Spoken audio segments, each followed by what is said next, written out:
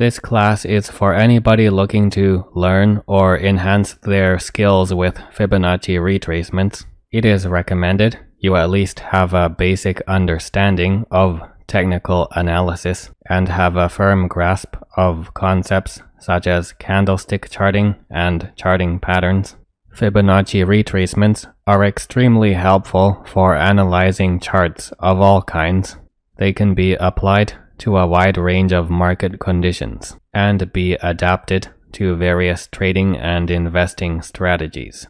Fibonacci retracements can be difficult and confusing to learn, partly because this is such a unique analysis method. That is why I decided to create this class to share my knowledge and experience with Fibonacci retracements. This class will explain how to use Fibonacci retracements with greater reliability and success for short-term trading and long-term investing. This will be done by explaining concepts, features, and price behavior. Dozens of examples of real charts will be used, following explanations to demonstrate realistic market scenarios. A quick but important note: for the sake of abbreviation, Fibonacci retracement will often be shortened to Fib in this class. Fibs will be used as the plural form for Fibonacci retracements.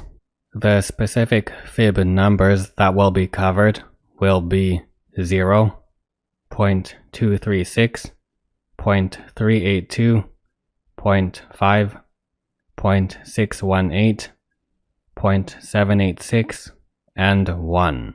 These are the most commonly used and reliable Fib numbers.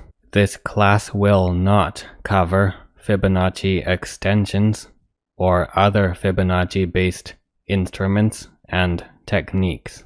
All examples will use fibs that look like the one on this chart.